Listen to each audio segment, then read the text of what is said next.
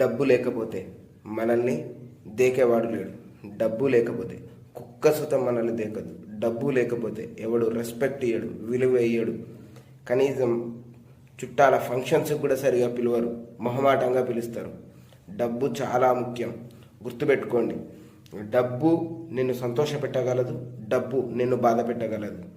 కొందరు చెప్తా ఉంటారు, డబ్బుదేముందిరా భయ్, సంపాదించవచ్చు, సంపాదించి చూపించు.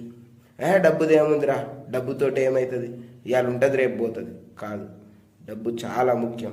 నీ బిడ్డల్ని స్కూలుకు పంపాలన్నా, వాళ్ళు అడిగింది కొనియాలన్నా, నువ్వు ప్రాపర్గా తినాలన్నా డబ్బు అనేది ఇంపార్టెంట్. ఇంకొందరు చెప్తారు, డబ్బు ఉంటే సంతోషం వస్తుందా, డబ్బు ఉంటే సచ్చేటోడు లేచి వస్తాడా. డబ్బు వల్ల చనిపోయినోడిని తిరిగి తీసుకురాలేము, కానీ అదే డబ్బు వల్ల ఎవడైనా అనారోగ్య పాలైతే హాస్పిటల్లో జాయిన్ చేసి చూపించవచ్చు, మంచి వైద్యం అందించవచ్చు.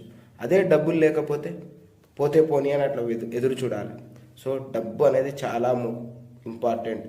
ఈ సంసార బాధ్యతలు ఎవరైతే మోసే వాళ్ళు ఉంటారో వాళ్ళకి చాలా ఇంపార్టెంట్. డబ్బు ఇద్దరికి అవసరం లేదు. ఎవరికంటే ఒకటి సన్యాసులు, అంటే యోగులు అంటాం కదా, సన్యాసులకు అవసరం లేదు, లేదా సన్నాసికి అవసరం లేదు. సన్నాసికి ఏ బరువు ఏ బాధ్యతలు ఒప్పించో వానికి డబ్బులు అవసరం లేదు.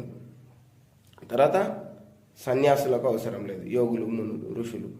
సో తరానికి నువ్వు 4-5 తరాలకు సరిపోయేంత కాదు, ఈ తరానికి సరిపోయేంత సంపాదించు నీ అవసరాలు తీర్చుకోవడానికి.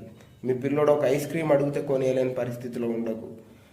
అలా అని చెప్పి ఒకరి పొట్ట కొట్టి మనం డబ్బు సంపాదించొద్దు, ఒకరికి అన్యాయం చేసి డబ్బు సంపాదించొద్దు. సంపాదించండి, కష్టపడండి, అనుభవించండి. మళ్ళీ దాసి దయాల పాలు మాత్రం చేయొద్దు.